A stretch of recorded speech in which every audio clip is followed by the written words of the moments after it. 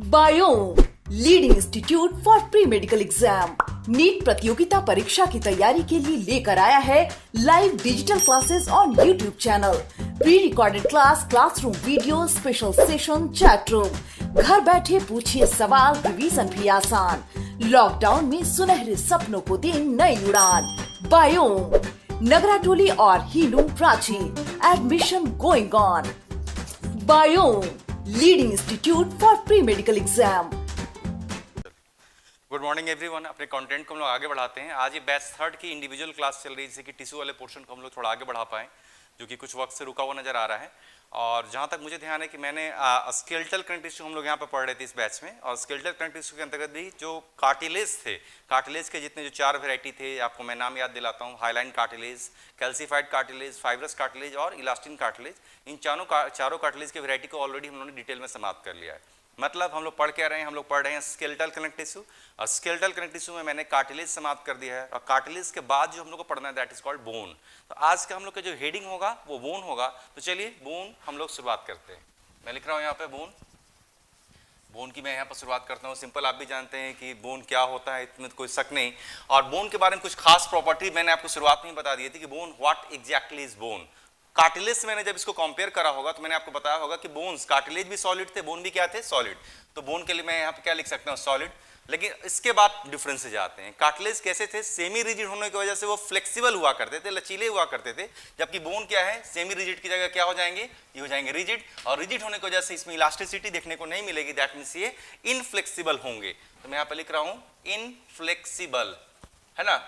तो देखिए बोन क्या होंगे, सॉलिड होंगे, रिजिड होंगे, इनफ्लेक्सिबल होंगे, और साथ साथ इसको strongest and hardest connective tissue का भी दर्जा हासिल है। इसे क्या कहेंगे, strongest and hardest connective tissue का भी इसको दर्जा हासिल है। तो ये बोन की सबसे मोस्ट बेसिक प्रॉपर्टी यहाँ पर हो गए।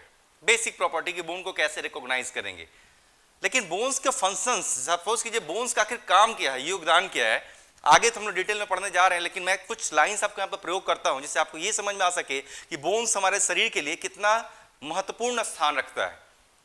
जैसे सपोज कीजिए, अगर इमेजिन कीजिए हमारे शरीर के अंदर बोन्स वगैरह नहीं होते, यानी कि स्केलेटल सिस्टम ही नहीं होता। अगर बोन्स नहीं होते, स्केलेटल सिस्टम ही नहीं होता, तो हमारे शरीर का ढांचा कौन बनाता है। तो पहला इंपॉर्टेंट क्या फंक्शन नजर आता है, it makes a structural framework of our body. मतलब ये हमारे शरीर का ढांचा बनाता है, पहला पॉइंट था। दूसरा पॉइंट, इमेजिन कीजिए अगर बोन्स नहीं होते तो ये जो हमारे जो मसल्स हैं, जो लिगामेंट्स होते हैं शरीर में, जो टेंडॉन्स होते हैं, आखिर जाके चिपके हुए किसी से तो चिपके हुए हैं। दैट मीन्स बोन्स क्या करते हैं, जो हमारे शरीर के मसल्स हैं, टेंडॉन्स हैं, लिगामेंट्स हैं, उनको चिपकने के लिए सरफेस प्रोवाइड करता है, जिस पर जाकर चिपकेगा। तो ये देखिए सेकंड पॉइंट था। तीसरा इंपॉर्टेंट पॉइंट, अभी हम लोग जब डिटेल में आगे बढ़ेंगे तो आप देखेंगे कि बोन्स के अंदर ही ब्लड की फॉर्मेशन होती है। हमारे शरीर में जो ब्लड है, जो पूरे शरीर में टहल रहा है, ट्रैवल कर रहा है, जिसकी वजह से हमारी जिंदगी चल रही है, इसको खुद बोन के अंदर ही बनाया जाता है। यानी देखिए तीसरी इंपॉर्टेंट फंक्शन हो गए, अगर बोन्स नहीं होते तो हमारे शरीर के अंदर ब्लड भी नहीं होता। चौथे इंपॉर्टेंट फंक्शन, हमारे शरीर में बहुत सारे मिनरल्स डिपॉजिट रखते हैं। बोन सबसे मुख्य स्थान है जहां पर बहुत सारे मिनरल्स को पहले से डिपॉजिट करके रखा जाता है, जिससे भविष्य में जरूरत हो तो उसका इस्तेमाल किया जा सके। यानी कि बोन्स क्या है, बोन्स एग्जैक्टली कहा जाता है एक स्टोर हाउस है, किसके लिए, तो मिनरल्स के लिए है। इमेजिन कीजिए अगर बोन्स नहीं होते तो क्या होता। अगर बोन्स नहीं होते तो हमारे मिडिल ईयर में 3 बोन नहीं होते, मैलियस, इंकस और स्टेप्स। आएगा जब आप ईयर पढ़ेंगे तो आप देखेंगे हमारे मिडिल ईयर में 3 मैलियस, इंकस और स्टेप्स जैसे बोन्स नहीं होते। और अगर ये 3 बोन नहीं होते हम लोग सुन भी नहीं पाते। यानी जरा सोचिए, बोन्स के बगैर हमारे लिए सुनना भी पॉसिबल नहीं होगा। हम लोग ने एक टिश्यू ऑलरेडी पढ़ा हुआ है ना, एडिपोज टिश्यू, आप जानते होंगे, उसमें फैट को स्टोर करने की क्षमता होती थी ना।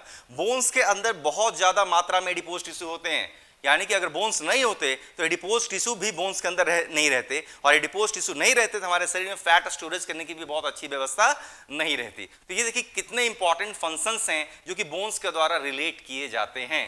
तो ये है बोन, और जिसकी हम लोग आगे फर्दर शुरुआत करने जा रहे हैं। तो चलिए मैं आगे बढ़ता हूं इसको। अब डिटेलिंग करना होगा, तो डिटेलिंग करने के लिए 2-3 रास्ते होते हैं। मैं सबसे आसान तरीका शुरुआत करता हूं, जिससे कि आपको काफी आसानी से कम समझ में आए। तो सबसे आसान तरीका, दरअसल करेंगे क्या हम लोग कि बोन्स को पहले आपको बेहतर तरीके से समझाने के लिए 2 कैटेगरी में डिवाइड कर लेते हैं। हमारे शरीर में एकदम सिंपल तरीके से इसको डिवाइड करते हैं हम लोग। आपने देखा होगा कि हमारे शरीर के कुछ बोन्स काफी लंबे होते हैं, बाहर से विजुअल है, बोन्स तो विजिबल नहीं है, लेकिन उसकी लंबाई तो एक अनुमान तो लग सकता है ना। जैसे सपोज कीजिए एक से मतलब हाथ पढ़ेंगे तो यहाँ के बोन का नाम रखा करेंगे ह्यूमरस। उसी तरीके से यहाँ पे एक बोन होगा रेडियस, इसका नाम रखेंगे अल्लाह। वैसे ही पैर के बोन्स पढ़ेंगे तो यहाँ पे बोन जो यहाँ पर होता है थाई में, इसे हम लोग नाम देते हैं फीमर, उसके नीचे होते हैं टिबिया फ्यूला। मतलब साफ है कि हमारे शरीर में कुछ बोन्स ऐसे महसूस हो रहे हैं या बाहर से इमेजिन आप कर सकते हैं कि उनकी लंबाई काफी ज्यादा है।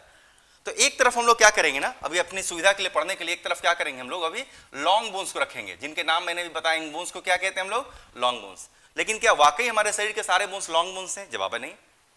हमारे शरीर में बहुत छोटे छोटे बोन्स है। देखिए फिंगर के जो बोन्स होते हैं, फिंगर के जो बोन्स होते हैं कितने छोटे छोटे हैं, इसको हम लोग फैरेंजेस कहते हैं, है ना।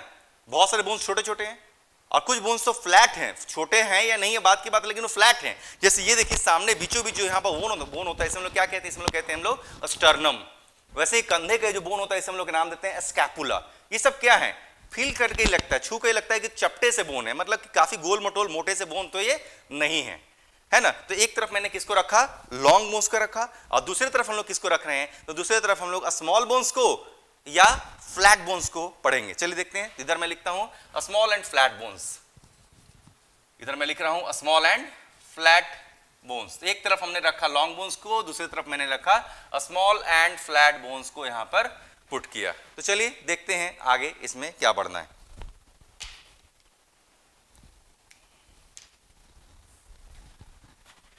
दोनों को मैं छोटा छोटा एक स्ट्रक्चर बनाता हूं। मान लेते हैं कि मैंने यहां से स्टर्नम को बाहर निकाला जो कि फ्लैट बोन है, और उसकी इमेज को हम लोग यहां पर बनाएंगे। उसकी इमेज को बनाएंगे तो स्टर्नम लगभग इस तरीके का एक बोन नजर आएगा। आपको दिखे इसलिए मैंने बड़ा बनाया है, वाकई बहुत बड़ा ये नहीं होता। अब देख रहे हैं बस इतनी ही लंबाई इसकी है ना। और एक तरफ मैं क्या करता हूं, हाथ के इस बोन को यहां पर ड्रॉ करता हूं। हाथ के इस बोन को ड्रॉ करता हूं तो ऑब्वियसली बोन अब ऐसा फिलहाल नजर आएगा। ये बोन फिलहाल ऐसा नजर आएगा, लाइक दिस, ऐसा नजर आएगा। मान लिया ऐसा नजर आ रहा है, ऐसा नहीं है लेकिन मान लिया ऐसा नजर आ रहा है।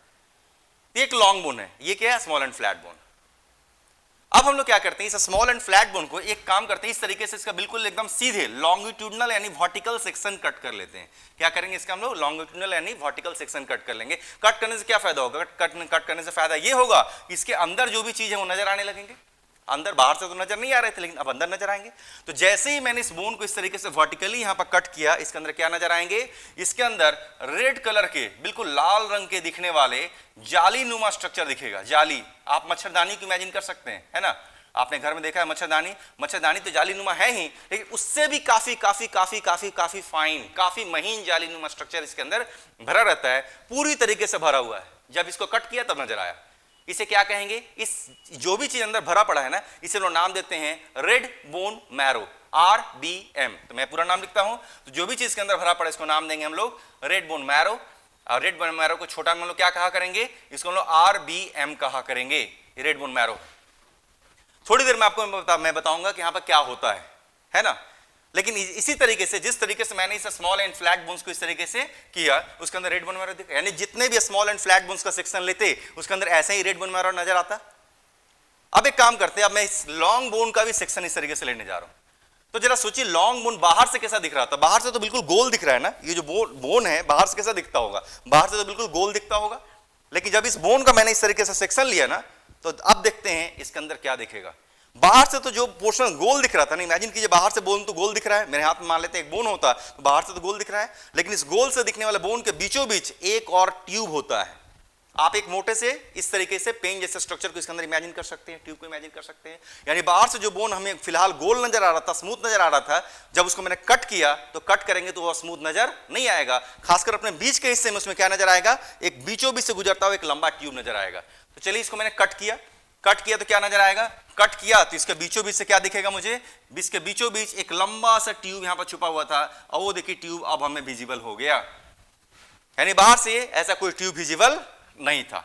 यानी कि साफ है कि लॉन्ग बोन्स के अंदर दो तरीके की हिस्से, दो तरीके की स्थिति है। स्मॉल बोन में हर जगह क्या था, हर जगह ऊपर से लेकर बिल्कुल नीचे तक रेड बोन मैरो भरा था ना, लेकिन लॉन्ग बोन में ऐसी हालत नहीं है। लॉन्ग बोन के जो आखिरी हिस्से हैं, आप इस हिस्से को देखिए या इस हिस्से को देखिए, इस हिस्से में आप देख रहे होंगे ऐसा कोई ट्यूब मैंने ड्रॉ नहीं किया। तो इस हिस्से में क्या है, इस हिस्से में जो लॉन्ग बोन्स के आखिरी हिस्से होते हैं, इस हिस्से में ठीक ऐसा ही कंटेंट भरा रहता है। तो चलिए इसको भर देते हैं, ठीक ऐसा ही कंटेंट भरा रहता है। तो चलिए इसको देखिए मैंने भर दिया है ना, इधर भी भर देते हैं सेम इसी तरीके से फिर से। यानी कि जो भी चीज भरा पड़ा इसका नाम क्या रखेंगे, जो भी चीज भरा पड़ा है इस हिस्से का नाम रखेंगे रेड बोन मैरो। जो भी चीज यहां पर भरा पड़ा उसका नाम क्या रखेंगे, इसका नाम रखेंगे रेड बोन मैरो। लेकिन ये जो बीच का हिस्सा है, जब मैंने इस तरीके से कट किया तो इसके अंदर क्या नजर आया, इसके अंदर एक हॉलो ट्यूब नजर आया। हॉलो तो नहीं है, एक ट्यूब नजर आया। तो पहला तो नाम पूछेगा, इस ट्यूब का नाम क्या है ना। तो मैं एक काम करता हूं, इस ट्यूब का नाम यहीं पर रेड से ही लिखता हूं, है ना। इस ट्यूब का नाम होता है, इसे हम लोग कहते हैं बोन मैरो कैविटी। जो ट्यूब अंदर बीचों बीच नजर आ रहा है ना, बीच के इतने दूर के हिस्से में, आप देखिए इतने दूर के हिस्से को हम लोग पढ़ रहे हैं फिलहाल, है ना। बीच के इतने दूर के हिस्से में क्या नजर आ रहा है, जब सेक्शन लिया तो एक ट्यूब नजर आया, इस ट्यूब का नाम रखेंगे बोन मैरो कैविटी। और बोन मैरो कैविटी को ही एक और नाम देते हैं, इसी को माइलोइड कैविटी भी कहते हैं। बोन मैरो कैविटी को हम लोग क्या कहते हैं, इसी को हम लोग माइलोइड कैविटी भी कहते हैं। तो बीच के हिस्से में जो ट्यूब नजर आ रहा है उसका नाम मैंने रख दिया। लेकिन क्या ट्यूब हॉलो है, जवाब नहीं। इस ट्यूब के अंदर भी, ये जो ट्यूब है ना, ये हॉलो नहीं, इसके अंदर भी क्या है, ठीक ऐसा ही जालीनुमा स्ट्रक्चर भरा पड़ा है। यानी इस ट्यूब के अंदर भी क्या है, इस ट्यूब के अंदर भी ठीक ऐसा ही जालीनुमा स्ट्रक्चर क्या है, इसके अंदर बिल्कुल भरा पड़ा है, लाइक दिस, है ना। लेकिन रंग अलग है इसका। जो आखिरी हिस्से में जो भरा पड़ा था वो रेड दिखता था ना, इसलिए उसका नाम क्या रखे थे, रेड बोन मैरो। लेकिन बीच के इस कैविटी में, जिसका नाम बोन मैरो कैविटी है, माइलोइड कैविटी है, इसमें जो कंटेंट भरा पड़ा है ना, इसका रंग रेड नजर नहीं आएगा। इसका रंग क्या नजर आएगा, तो इस बीच में जो कंटेंट भरा पड़ा है, इसका रंग येलो या व्हाइट नजर आएगा। क्योंकि इसका रंग येलो या व्हाइट नजर आएगा, इसलिए इसका नाम क्या रखेंगे, येलो या व्हाइट बोन मैरो कहा करेंगे। तो मैं लिखने जा रहा हूं, तो इस कैविटी के नाम है बोन मैरो कैविटी या माइलोइड कैविटी। फिल्ड विथ किसके साथ भरा हुआ है, तो फिल्ड विथ कह सकते हैं yellow bone marrow. Yellow bone marrow तो छोटा में क्या कहेंगे, वाइबियम। येलो भी दिख सकता है या व्हाइट भी दिख सकता है, इसलिए इसको व्हाइट बोन मैरो, यानी इसको WBM भी कह सकते हैं। तो ये देखिए लॉन्ग बोन्स की जो अंदर की कहानी है बदल गई। स्मॉल बोन में क्या था, स्मॉल बोन में बगैर किसी कैविटी के रेड कलर का कंटेंट भरा पड़ा था, नाम था रेड बोन मैरो। लेकिन लॉन्ग बोन्स में भी रेड बोन मैरो है, लेकिन कहां पर, सेम उसी तरीके से जैसा स्मॉल बोन में था। लेकिन लॉन्ग बोन्स के सिर्फ आखिरी हिस्से में बगैर किसी कैविटी के क्या भरा पड़ा है, सेम वही चीज भरा पड़ा है जो यहां पर था, इसका भी नाम क्या है, रेड बोन मैरो। लेकिन लॉन्ग बोन के बीच के हिस्से में एक कैविटी है, कैविटी का नाम है माइलोइड कैविटी, और इसके अंदर येलो या व्हाइट बोन मैरो भरा पड़ा है। येलो या व्हाइट नाम क्यों पड़ा, क्योंकि येलो या व्हाइट दिखता है। तो पहला सवाल ये उठता है कि आखिर ये बोन मैरो है क्या, है ना। पहला सवाल उठता है कि बोन मैरो है क्या, या बोन मैरो क्या क्या कर सकते हैं। चलिए सीधे आते हैं।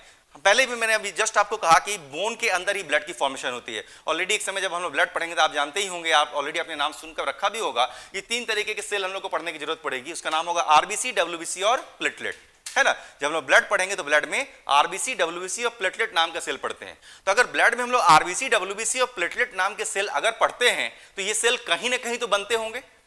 ये सेल कहां बनते हैं, तो ब्लड के जो आरबीसी, डब्ल्यूबीसी और प्लेटलेट नाम के सेल होते हैं वो इसी रेड बोन मैरो वाले हिस्से में कॉन्टिन्यूअसली, आजीवन, जिंदगी भर बनते हैं, है ना। फिर से ध्यान सुनिए, तो आरबीसी आरबीसी, डब्ल्यूबीसी और प्लेटलेट अगर बनते हैं तो उसको बनाने के लिए कोई मदर सेल होते होंगे। अगर आरबीसी, डब्ल्यूबीसी, प्लेटलेट बनते हैं तो बनाने के लिए क्या होते होंगे, मदर सेल होते होंगे। ओब्वियसली मदर सेल के कई सारे नाम होते होंगे। जब हम ब्लड पढ़ेंगे तब आपको परिचय उन सेल से होगा। फिर भी मैं थोड़ा सा बोल देता हूं, शायद कुछ लोग समझ जाएं, नहीं समझे तो टेंशन की बात नहीं, जब ब्लड पढ़ेंगे तो ये खुद ब खुद आप समझ जाएंगे। आरबीसी को बनाने वाला मदर सेल का नाम होता है इरिथ्रोब्लास्ट। प्लेटलेट को बनाने वाला मदर सेल का नाम होता है मेगाकैरियोसाइट। वैसे ही डब्ल्यूबीसी में न्यूट्रोफिल, बेसोफिल, स्नोफिल को बनाने वाला मदर सेल का नाम होता है माइलोब्लास्ट। मोनोसाइट को बनाने वाले को कहते हैं हम लोग मोनोब्लास्ट, और लिम्फोसाइट को बनाने वाले को कहते हैं हम लोग लिम्फोब्लास्ट। मतलब एक चीज तो आपके दिमाग में गया होगा कि जो आरबीसी, डब्ल्यूबीसी और प्लेटलेट होते हैं उनके पीछे, उनको बनाने के लिए क्या है, उनके भी पीछे कोई मदर सेल्स अवेलेबल हैं जो कि आरबीसी, डब्ल्यूबीसी, प्लेटलेट को कॉन्टिन्यूअसली बनाते होंगे। तो ये मदर सेल कहीं तो पाए जाते होंगे जिससे कि आरबीसी, डब्ल्यूबीसी, प्लेटलेट बनता होगा। तो ये जो आरबीसी, डब्ल्यूबीसी, प्लेटलेट को बनाने वाले जो मदर सेल्स होते हैं वो इसी रेड बोन मैरो के हिस्से में पाए जाते हैं, इसी रेड बोन मैरो के हिस्से में पाए जाते हैं, और ये जिंदगी भर कॉन्टिन्यूअसली आरबीसी, डब्ल्यूबीसी, प्लेटलेट बनाते रहते हैं। मतलब साफ है कि रेड बोन मैरो जो कि स्मॉल एंड फ्लैट बोन के अंदर पूरी तरीके से भरा पड़ा है, और साथ साथ लॉन्ग बोन्स के आखिरी हिस्से में भी सेम रेड बोन मैरो भरा पड़ा है। ये वो स्थान है जहां ब्लड कॉन्टिन्यूअसली बनाया जाता है। ओब्वियसली ब्लड बनता है तो उसका कलर कैसा दिखेगा, रेड दिखेगा, इसलिए रेड दिख रहा है। लेकिन ये जो येलो या व्हाइट बोन मैरो है जो कि कैविटी के अंदर, ध्यान रखिएगा, रेड बोन मैरो को रखने के लिए किसी कैविटी की जरूरत नहीं पड़ी थी, यहां पर भी कैविटी की जरूरत नहीं पड़ी, और लॉन्ग बोन्स के जो आखिरी हिस्से हैं यहां पर भी किसी कैविटी की जरूरत नहीं पड़ी। लेकिन जो येलो बोन मैरो या व्हाइट बोन मैरो है, इसको रखने के लिए क्या हो गया, इसको रखने के लिए मुझे एक कैविटी की जरूरत पड़ी थी ना। कैविटी के नाम था, ऑलरेडी लिखा हुआ माइलोइड कैविटी या बोन मैरो कैविटी, इसके अंदर येलो या व्हाइट बोन मैरो भरा पड़ा है। तो फिर से सवाल उठता है कि रेड बोन मैरो तो वो स्थान है जहां पर ब्लड को कॉन्टिन्यूअसली बनाया जाता है अलग अलग सेल के द्वारा, तो क्या ये जो ब्लड को बनाने वाले जो मदर सेल्स होते हैं, जिसके नाम अभी जस्ट मैंने कुछ लिया है यहां पे क्या वो मदर सेल्स इस येलो बोन मैरो यानी व्हाइट बोन मैरो में नहीं होते? जवाब है बिल्कुल होते हैं, लेकिन थोड़ा सा डिफरेंस है। रेड बोन मैरो में ब्लड को बनाने वाले जितने भी मदर सेल्स होते हैं ना, वो कॉन्टिन्यूअसली डिवाइड करते हैं, यानी यहां पर ब्लड हमेशा बनता है। लेकिन येलो बोन मैरो वाले पोर्शन में जो ब्लड को बनाने वाले जो मदर सेल्स होते हैं ना, ये कॉन्टिन्यूअसली काम नहीं करते, कॉन्टिन्यूअसली काम नहीं करते। तो चलिए देखते हैं कि आखिर कब काम करते हैं। कहा जाता है कि इस हिस्से में, अभी जस्ट मैंने कहा था कि बोन के अंदर फैट भी स्टोर्ड होता है ना, तो कहा जाता है कि जो येलो बोन मैरो यानी व्हाइट बोन वाला एरिया है ना, यहां पर एडिपोसाइट्स होते हैं। याद कीजिए हमारे शरीर में किस कलर का फैट स्टोर्ड होता था? तो हमारे शरीर में येलो या व्हाइट कलर के फैट स्टोर्ड होते थे। इसको हम मोनोन्यूक्लियर एडिपोसाइट्स में पढ़ चुके हैं ऑलरेडी, मैंने आपको टिश्यू में पढ़ा दिया है पोर्शन, है ना। तो कहा जाता है ये जो येलो बोन मैरो है या व्हाइट बोन मैरो है, ऐसा क्यों दिख रहा है? येलो यानी व्हाइट क्यों दिख रहा है? येलो या व्हाइट वो इसलिए दिख रहा है क्योंकि यहां पर क्या है, क्योंकि यहां पर फैट स्टोरिंग सेल्स एडिपोसाइट्स हैं, और ये फैट स्टोरिंग सेल्स या एडिपोसाइट्स क्या करते हैं? तो जिंदगी भर फैट को स्टोर करना, लाना ले जाना, ये काम में लगे रहते हैं। ओब्वियसली क्योंकि यहां पर फैट स्टोरेज की जिम्मेदारी को निभाया जा रहा है, इसलिए इसका कलर क्या होगा? येलो या व्हाइट होगा, क्योंकि हमारे शरीर में तो येलो या व्हाइट वैरायटी के ही फैट पाए जाते हैं। यानी कि येलो या व्हाइट बोन मैरो का सबसे मुख्य काम क्या है? स्टोरेज ऑफ फैट, जिंदगी भर होगा, इसलिए इसका कलर क्या होगा? येलो या व्हाइट। तो क्या ब्लड को बनाने वाले जो मदर सेल्स जो कि रेड बोन मैरो वाले पोर्शन में थे, क्या वो येलो या व्हाइट बोन मैरो में नहीं पाए जाते हैं? जवाब है बिल्कुल पाए जाते हैं, लेकिन सामान्य परिस्थितियों में क्या रहते हैं? वो इनएक्टिव रहते हैं। चलिए सामान्य परिस्थितियों की बात कर रहे हैं, तो सामान्य परिस्थितियों में यहां पर फैट स्टोरिंग सेल्स क्या रहते हैं? एक्टिवेट। लेकिन ब्लड को बनाने वाले सेल्स क्या रहते हैं? इनएक्टिवेटेड।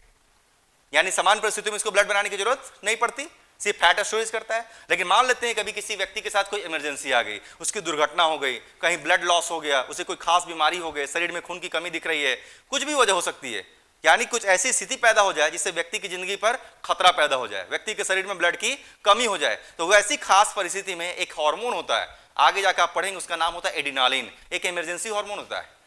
तो वैसी इमरजेंसी परिस्थिति में एक एड्रेनालिन नाम का जो इमरजेंसी हार्मोन होता है, कुछ समय के लिए इस येलो बोन मैरो के ब्लड बनाने वाले सेल्स को क्या करेगा? एक्टिवेट कर देगा। यानी वैसी इमरजेंसी की परिस्थिति से निपटने के लिए यहां पर ब्लड बनाने वाले मदर सेल्स जब एक्टिवेट हो जाएंगे, यानी यहां पर क्या बनेगा? यहां पर भी ब्लड बनने लगेगा। लेकिन कब तक बनाया जाएगा? तब तक बनाया जाएगा जब तक इमरजेंसी दूर ना हो जाए। और जैसे ही इमरजेंसी खत्म होगी, वापस फिर से ब्लड बनाने का काम ही छोड़कर फिर से स्टोरेज ऑफ फैट पर उतर जाएगा।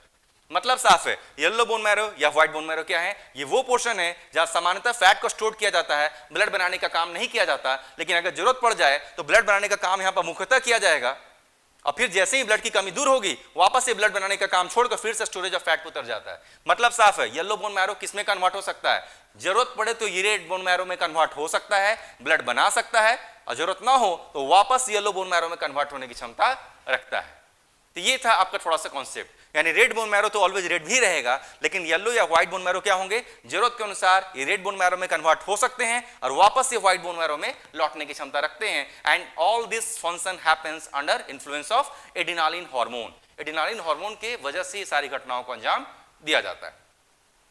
लेकिन कुछ तो नामकरण पर आ जाते हैं, है ना।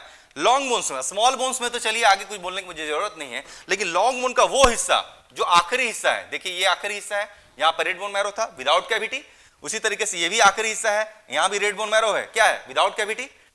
तो लॉन्ग बोन का वो आखिरी हिस्सा जहां पर बगैर किसी कैविटी के सिर्फ और सिर्फ रेड बोन मैरो पाया जाता है, इस हिस्से को कुछ तो नाम देना होगा।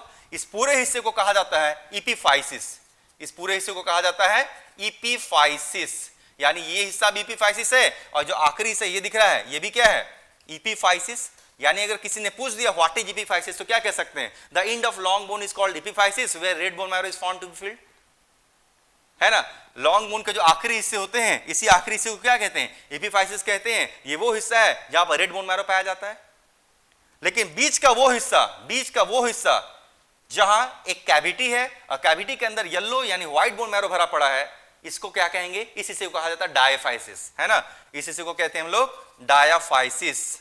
तो ध्यान रखिएगा, what is the difference between epiphysis and diaphysis? Epiphysis is that portion of the bone where that means the end of the long bones, terminal portion of the long bones where only red bone marrow is found filled without any cavity. But what is diaphysis? Diaphysis is the middle portion Diaphysis is the middle portion of a long bone where we can find yellow bone marrow or white bone marrow filled within bone marrow cavity or myeloid cavity. But this portion which is also known as diaphysis, it is also named as shaft.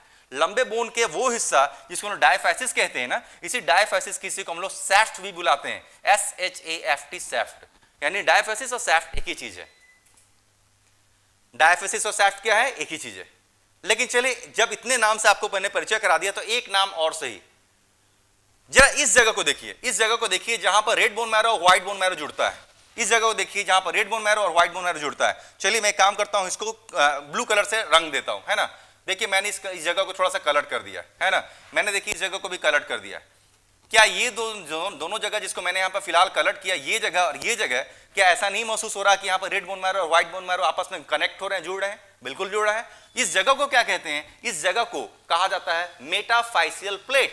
यानी ये जो blue colour की lining मैंने यहां पर draw करे, या यहां पर जो मैंने ब्लू कलर की लाइन ड्रॉ करी, इसका नाम क्या होगा? This portion is called as metaphyseal plate. This portion is called as metaphyseal plate.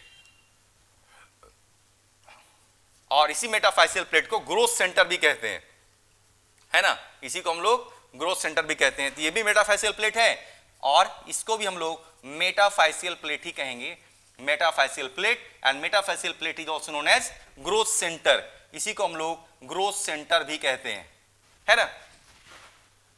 हो सकता है कि कहीं कुछ ऐसा कुछ लाइन आपको देखने को मिल जाए जहां पर मेटाफाइसियल प्लेट यानी ग्रोथ सेंटर हो। आखिर इसका नाम ग्रोथ सेंटर क्यों पड़ गया? क्योंकि ग्रोथ से इसका संबंध है। आप जानते ही होंगे जब एक बच्चे का जन्म होता है तो बोन्स की लंबाई काफी छोटी होती है और धीरे धीरे बोन की लंबाई क्या होने लगती है? बढ़ने लगती है। उम्र के साथ बोन की लंबाई बढ़ती है। ये घटना कहां पर हुई होगी या किसकी वजह से हुई होगी? इसी ग्रोथ सेंटर यानी मेटाफाइसियल प्लेट की वजह से होती है। यही वो जगह है मेटाफाइसियल प्लेट यानी ग्रोथ सेंटर, जिसके ऊपर कौन काम करता है? इसी के ऊपर ग्रोथ हार्मोन काम करता है। आपने नाम ऑलरेडी सुना होगा, हमारे शरीर में ग्रोथ हार्मोन पाया जाता है। तो हमारे शरीर में जो ग्रोथ हार्मोन पाया जाता है वो इसी मेटाफाइसियल प्लेट यानी ग्रोथ सेंटर के ऊपर क्या करता है? काम करता है। इमेजिन कीजिए जो डस्टर है ना, इमेजिन कीजिए डस्टर है, यही मेटाफाइसियल प्लेट है। इमेजिन कीजिए जो डस्टर है यही मेटाफाइसियल प्लेट यानी ग्रोथ सेंटर है। तो इसके ऊपर जब ग्रोथ हार्मोन काम करता है तो क्या होता है? इधर से भी नए सेल बढ़ने लगते हैं और इधर से भी नए सेल बढ़ने लगते हैं। इमेजिन कीजिए तो मेटाफाइसियल प्लेट के ऊपर यानी ग्रोथ सेंटर के ऊपर ग्रोथ हार्मोन के काम करने की वजह से मेटाफाइसियल प्लेट की थिकनेस क्या होगी? बढ़ेगी। इधर भी नए सेल जुड़ेंगे, इधर भी नए सेल जुड़ेंगे, यानी इसकी थिकनेस क्या होगी? बढ़ेगी। और इमेजिन कीजिए इसके अंदर थिकनेस अगर बढ़ने लगी तो बोन की लंबाई भी क्या होगी? बड़ी होने लगेगी। यानी सिंपल से अगर किसी ने पूछ दिया where growth hormone works upon metaphyseal plate और ग्रोथ सेंटर, और what is the location of this metaphyseal plate? It is found at the junction of epiphysis and diaphysis. आखिरी किसी को कहते हैं एपिफाइसिस, बीच किसी को कहते हैं डायफाइसिस। यानी जहां भी एपिफाइसिस डायफाइसिस की जंक्शन है, ऊपर में या नीचे में, इसी जगह पर मेटाफाइसियल प्लेट पाए जाते हैं। दैट्स ऑल, फिनिश्ड हो गया। तो फिलहाल इस इमेज का आप एक स्क्रीनशॉट लेकर रख सकते हैं और अब इसको और ज्यादा डिटेल में हम लोग को पढ़ने की बारी है ना, और ज्यादा। फिलहाल इस लॉन्ग बोन का मैंने सेक्शन कैसे लिया था? फिलहाल इस लॉन्ग बोन का सेक्शन मैंने लॉन्गिट्यूडनल यानी वर्टिकल सेक्शन कट किया था ना, लेकिन अब हम लोग इसका क्या करेंगे? इस तरीके से ट्रांसवर्स सेक्शन कट करेंगे। अभी तक मैंने इस बोन को इस तरीके से कट किया था, लेकिन अब हम लोग इस बोन को क्या करेंगे? इस तरीके से कट करेंगे और जो इमेज दिखेगा उसको यहां पर ड्रॉ करेंगे और फर्दर कॉन्सेप्ट को आगे बढ़ाते हैं। तो चलिए आप इसका एक स्क्रीनशॉट लेकर रख लें, आगे बढ़ता हूं मैं। नहीं चल रहा है, नहीं चल रहा है, हटा देते हैं, नहीं चलेगा लग रहा है।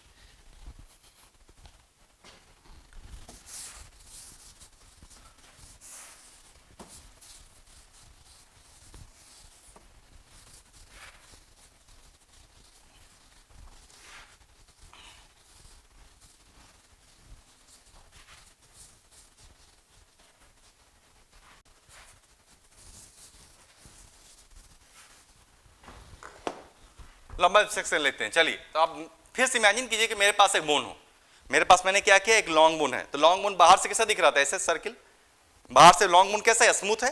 तो बोन है तो बोन की एक कवरिंग होती है ना, ऑलरेडी हम लोग पढ़ चुके हैं। बोन की कवरिंग को क्या कहते हैं हम लोग? पेरियोस्टियम। इमेजिन कीजिए कि मेरे हाथ में एक बोन है, मान लिया कि यही एक बोन है, मान लिया यही एक बोन है। तो एक बोन है तो इसकी कवरिंग है ना, बोन की कवरिंग को क्या कहते हैं? पेरियोस्टियम नाम देते हैं। लेकिन अब हम लोग इस बोन का क्या करेंगे? इस तरीके से कट करेंगे, ट्रांसवर्स सेक्शन।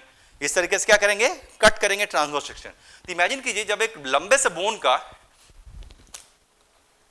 इमेजिन कीजिए जब एक लंबे से बोन का जो कि बाहर से ऐसा ट्यूब लाइक दिख रहा है, जब इसका मैंने एक ट्रांसवर्स सेक्शन कट किया तो क्या इसके बीच में एक और ट्यूब दिखेगा? बीचों बीच के हिस्से से दिखना चाहिए। अभी जस्ट मैंने आपको बताया कि लंबे वाले जो बोन के जो बीच के हिस्से होते हैं ना, बाहर से बोन्स कैसा दिख रहा है? गोल सा दिख रहा है। गोल दिख रहा है तो इसके आउटर कवरिंग को क्या कहेंगे? इसके आउटर कवरिंग को हम लोग कहेंगे पेरियोस्टियम। लेकिन जब इसका ट्रांसवर्स सेक्शन कट करेंगे इस तरीके से तो इसके बीच में एक और ट्यूब दिखेगा ना, उस ट्यूब का नाम क्या रखेंगे? अभी जस्ट मैंने कहा बोन मैरो कैविटी या माइलॉइड कैविटी, है ना, क्योंकि लॉन्ग बोन के जो बीच के हिस्से होते हैं इसमें क्या होता है? एक ट्यूब होता है और इसी बीच के हिस्से को हम लोग नाम देते हैं माइलॉइड कैविटी या बोन मैरो कैविटी। और इसी के अंदर क्या भरा हुआ था? इसी के अंदर भरा हुआ है येलो यानी व्हाइट बोन मैरो। ऑलरेडी हमने देखा। लेकिन क्या जब इस लॉन्ग बोन का एक ट्रांसवर्स सेक्शन कट करेंगे तो क्या सिर्फ बीचों बीच यही एक कैविटी नजर आएगा? क्या बीचों बीच यही एक कैनाल नजर आएगा कि और भी कुछ है? और भी कई कैनाल्स हैं। चलिए देखते हैं और क्या है ना। जस्ट इमेजिन, तो लॉन्ग बोन का मैंने ट्रांसवर्स सेक्शन कट किया, बाहर की जो मार्जिन है इसका नाम क्या रखेंगे? पेरियोस्टियम। लेकिन जैसे ही मैंने कट किया इसके बिल्कुल बीचों बीच एक और ट्यूब नजर आया, इस ट्यूब का नाम था बोन मैरो कैविटी। और भी कई सारे ट्यूब्स हैं। चलिए देखते हैं और कैसे कैसे ट्यूब्स हैं। तो बीचों बीच तो आपको एक बोन मैरो कैविटी दिख ही रहा है ना, लेकिन इस बीचों बीच के बोन मैरो कैविटी के अलावा इसकी लंबाई में और भी कई सारे लंबे लंबे कैनाल्स चल रहे हैं। इसके लंबाई में और भी कई सारे लंबे लंबे कैनाल्स चल रहे हैं। इन लंबे लंबे कैनाल्स को कहा जाता है हैबर्शियन कैनाल। और ये जो हैबर्शियन कैनाल, अगल बगल के जो हैबर्शियन कैनाल होते हैं ना, ये आपस में भी जुड़े रहते हैं बहुत जगह। जैसे मान लिया ये एक हैबर्शियन कैनाल है, ये एक हैबर्शियन कैनाल है, तो आपस में भी जुड़े रहेंगे अलग अलग जगह पे। इसे नाम देते हैं वोल्ट्जमैन कैनाल।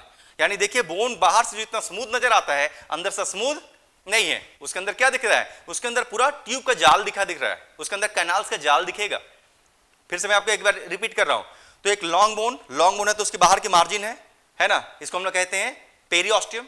लेकिन हमने क्या किया? उसका सेक्शन लिया। जैसे ही सेक्शन लिया उसके बीचों बीच क्या दिखेगा? एक बोन मैरो कैविटी दिखेगा जिसमें येलो यानी व्हाइट बोन मैरो भरा पड़ा है। लेकिन सिर्फ क्या यही एक कैविटी है? जवाब है नहीं। इसके अलावा इसकी मोटाई में और भी कई सारे लंबे लंबे कैनाल्स हैं। इन लंबे लंबे कैनाल्स को हम लोग कहते हैं हैबर्शियन कैनाल।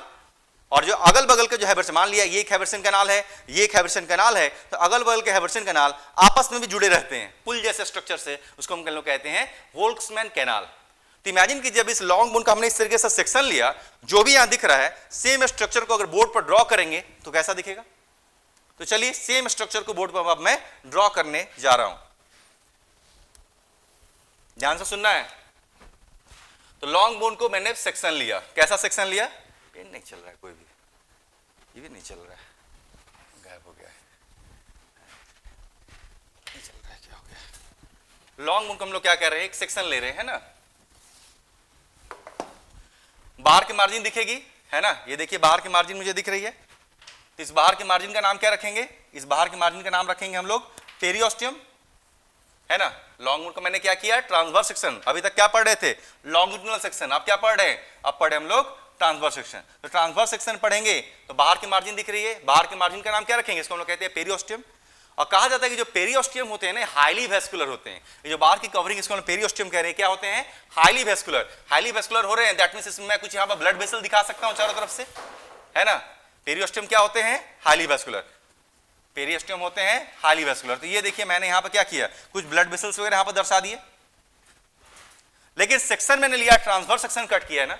ट्रांसवर्स सेक्शन अगर कट किया हुआ है तो एग्जैक्टली जरा देखिए, ट्रांसवर्स सेक्शन कट किया तो बीचों बीच क्या दिखेगा? बीचों बीच मुझे दिखेगा बोन मैरो कैविटी।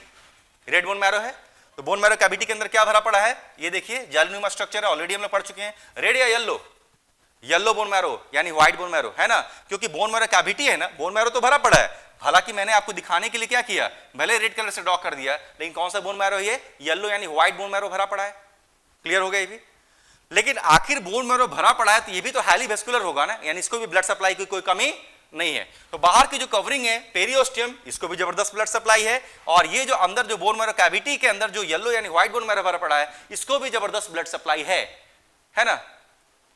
ध्यान रखिएगा, जहां कार्टिलेज के सेल ब्लड के लिए तरस जाते हैं, जहां कार्टिलेज के सेल ब्लड के लिए तरस जाते हैं, जस्ट अपोजिट बोन के अंदर हर सेल तक ब्लड को पहुंचाने की व्यवस्था होती है।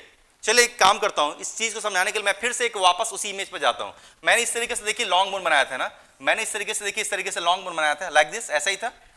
आप किसी भी बोन को अगर आप ध्यान से देखें, है ना, किसी भी बोन को, चाहे छोटा बोन हो, मोटा बोन हो, लंबा बोन हो, डजंट मैटर, किसी भी बोन को अगर आप ध्यान से देखेंगे ना तो उस बोन में क्या होगा, कहीं ना कहीं एक छोटा सा छेद जरूर नजर आएगा। उस बोन में क्या होगा, कहीं ना कहीं एक छोटा सा छेद जरूर नजर आएगा। अगर छोटा सा छेद है, सुई के समान ही छेद सही, लेकिन नजर जरूर आएगा, वो छेद जरूर होगा, उस छेद का नाम रखेंगे। इस छेद को कहा जाता है न्यूट्रिएंट फोरामेन। तो जो भी छेद पाया जाता है, इस छेद का नाम क्या रखते हैं, मैं लिख देता हूं यहां पर तेजी से, इसे हम लोग कहते हैं न्यूट्रिएंट फोरामेन। जिस तरीके से अगर किसी रूम के अंदर आना है जाना है तो मिनिमम क्या चाहिए, एक ओपनिंग दरवाजा तो चाहिए ना। अगर किसी रूम के अंदर आना है जाना है तो अगर आप एक ओपनिंग यानी दरवाजा नहीं देंगे तो कोई भी अंदर आएगा कैसे, बाहर जाएगा कैसे, सेम जी हाल चाल है। यानी बोन को भी अगर आप ध्यान से देखेंगे तो उसमें क्या दिखेगा, एक छोटा छेद दिखेगा। ये छोटा मिनिमम एक छेद दिखेगा, इसकी संख्या कई बहुत ज्यादा भी हो सकती है। तो ये जो छेद, इसका नाम क्या रखते हैं, न्यूट्रिएंट फोरामेन। आखिर इस छेद का क्या प्रयोग है, इसी छेद से इस बोन के अंदर क्या जाते हैं, इस बोन के अंदर आर्टरी का प्रवेश होता है। इसी छेद से इस बोन के अंदर से वेन की एग्जिट होती है और नर्व्स और भी बहुत सारी चीज अंदर बाहर करते हैं।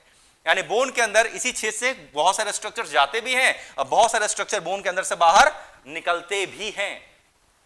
तो अगर इस न्यूट्रिएंट फोरामेन से बहुत सारे स्ट्रक्चर अंदर जाते हैं और बहुत सारे स्ट्रक्चर अगर निकलते हैं, यानी एक आर्टरी भी जाती होगी, एक वेन भी निकलती होंगे।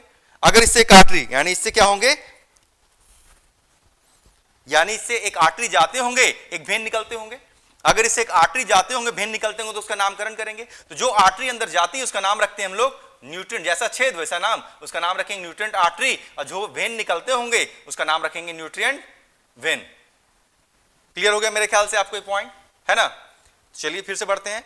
तो बोन को अगर ध्यान से देखेंगे तो उसमें क्या दिखेगा, छेद, न्यूट्रिएंट फोरामेन। वहां से क्या प्रवेश कर रहे हैं, क्या एग्जिट कर रहे हैं, बहुत सारी चीज अंदर आते हैं, बहुत सारी चीज निकलते हैं, लेकिन एक आर्टरी जरूर आती है, न्यूट्रिएंट आर्टरी, एक वेन जरूर निकलता है, न्यूट्रिएंट वेन। इससे क्या साबित होगा, इससे साबित ये हो रहा है कि bone are highly vascular, bone को ब्लड सप्लाई बहुत ज्यादा होती है। वापस आते हैं, फिर से उसी इमेज को एक बार कॉन्सेप्ट को आप सोचने की कोशिश करते हैं, है ना। इमेजिन कीजिए, तो अभी जस्ट मैंने कहा कि उसकी आउटर कवरिंग को कह रहे हैं पेरियोस्टियम। इसके अंदर बोन मैरो कैविटी है जिसके अंदर येलो यानी व्हाइट बोन मैरो भरा पड़ा है। इसके अलावा इसके अंदर और भी ढेर सारे लंबे लंबे कैनाल से, नाम है हेबर्सन कैनाल। और जो अगल बगल के हेबर्सन कैनाल हैं आपस में जुड़े हुए, इसका नाम है बोल्ट्जमैन कैनाल। इमेजिन कीजिए अगर इस बोन के अंदर एक आर्टरी प्रवेश करे, अगर इस बोन के अंदर एक आर्टरी प्रवेश करे और आर्टरी प्रवेश करने के बाद अगर वो किसी भी एक हेबर्सन कैनाल में पहुंच जाए तो, क्योंकि बोन के अंदर बाहर से आर्टरी की प्रवेश हुई, बाहर से आर्टरी की प्रवेश हुई और आर्टरी प्रवेश करके अगर किसी भी एक हेबर्सन कैनाल में पहुंच जाए तो, यानी किसी भी एक हेबर्सन कैनाल में क्या मौजूद है, आर्टरी मौजूद है। अगर किसी एक हेबर्सन कैनाल में आर्टरी मौजूद है तो क्या वो आर्टरी ब्रांचिंग करके क्या हर एक हेबर्सन कैनाल में फैल सकता है, बिल्कुल फैलेगा। क्यों, क्योंकि सारे हेबर्सन कैनाल्स क्या हैं, बोल्ट्जमैन कैनाल यानी ट्रांसवर्स कैनाल से भी फ्यूज्ड हैं। यानी अगर एक हेबर्सन कैनाल जो लंबाई में चल रहे हैं, अगर इस एक हेबर्सन कैनाल जो लंबाई में चल रहे हैं, अगर इसके अंदर एक आर्टरी को हम लोग पहुंचाने में सफल हो गए और उस आर्टरी ने ब्रांचिंग कर दिया, तो ब्रांचिंग क्या होगा, जो ट्रांसवर्स यानी बोल्ट्जमैन कैनाल उससे होकर बगल के हेबर्सन कैनाल पहुंचेगा, फिर यहां से बोल्ट्जमैन कैनाल होकर इधर के हेबर्सन कैनाल पहुंचेगा, फिर बोल्ट्जमैन कैनाल होकर फिर इस हेबर्सन कैनाल पहुंचेगा। मतलब साफ है, जितने भी लंबे लंबे कैनाल से इसको हेबर्सन कैनाल कह रहे हैं, या जितने भी ट्रांसवर्स कैनाल है जिसको हम लोग बोल्ट्जमैन कैनाल कर रहे हैं, इन सब के अंदर क्या मौजूद है, आर्टरी मौजूद है। यानी दीज आर हाईली वैस्कुलर। क्या सिर्फ आर्टरी, वेन भी होता होगा, जहां आर्टरी होते हैं वहीं वेन भी होते हैं, नर्व्स भी वहीं पर होते हैं। तो इससे कॉन्सेप्ट आपको क्या क्लियर हुआ, इससे मैंने आपको ये क्लियर करने की कोशिश की कि हेबर्सन कैनाल्स के अंदर क्या पाया जाता है।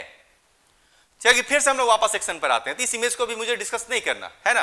तो जब सेक्शन मैंने लिया, ट्रांसवर्स सेक्शन, कवरिंग का नाम है पेरियोस्टियम, क्या है, हाईली वैस्कुलर। बीचों बीच क्या दिख रहा है, बोन मैरो कैविटी, उसके अंदर क्या भरा पड़ा है, येलो यानी व्हाइट बोन मैरो भरा पड़ा है, और ये भी क्या है, हाईली वैस्कुलर। यानी इस बोन को बाहर से भी ब्लड सप्लाई दी जा रही है और बोन के अंदर भी ब्लड सप्लाई है।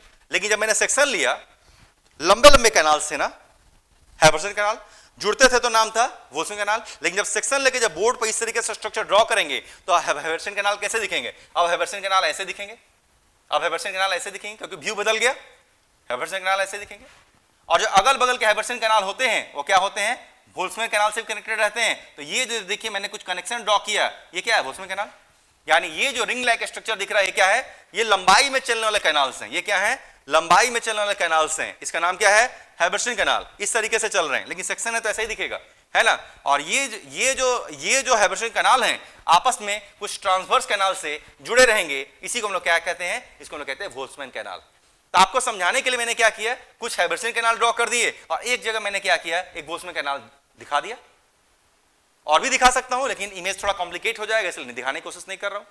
तो ये जो आपको जो सर्कल्स दिख रहा है इसका नाम क्या है, ये लंबाई में रन करने वाला कैनाल है, नाम है हेबर्सन कैनाल। उनको जोड़ने वाले जो ट्रांसवर्स कैनाल इसको हम लोग नाम देते हैं वोल्समैन कैनाल। तो ये हेबर्सन कैनाल होंगे और ये वोल्समैन कैनाल कहा जाएगा।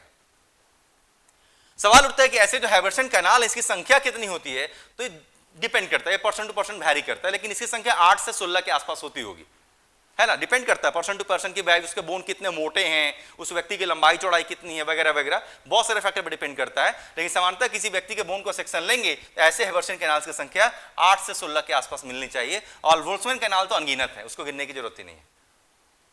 अब हम लोग क्या करते हैं, इसमें से किसी भी एक हेबर्सन कैनाल के आगे क्या आगे डिस्कस करना है ना। डिटेल में चल रहा हूं, डिटेल में चलने के लिए मैं क्या करता हूं, इस इमेज को थोड़ा मिटा ही देता हूं, कोई जरूरत नहीं है, कोई जरूरत नहीं है।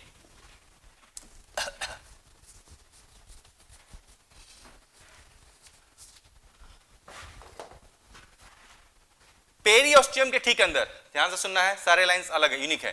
पेरियोस्टियम के ठीक अंदर, यानी ये जगह, इस जगह की मैं फिलहाल कुछ बात कर रहा हूं, यहां पर क्यूब लाइक सेल्स की लाइनिंग पाई जाती है ना। तो चलिए मैं क्यूब लाइक सेल्स बनाता हूं। पेरियोस्टियम के ठीक अंदर इस तरीके से क्यूबाइडल सेल्स कैसे होते हैं, मेरे ख्याल से आप बहुत अच्छे से जानते हैं, क्यूब लाइक सेल्स हैं। तो पेरियोस्टियम के ठीक अंदर चारों तरफ क्या पाए जाएंगे, क्यूब लाइक सेल्स पाए जाते हैं। तो तेजी से मैं क्यूब लाइक बनाता हूं।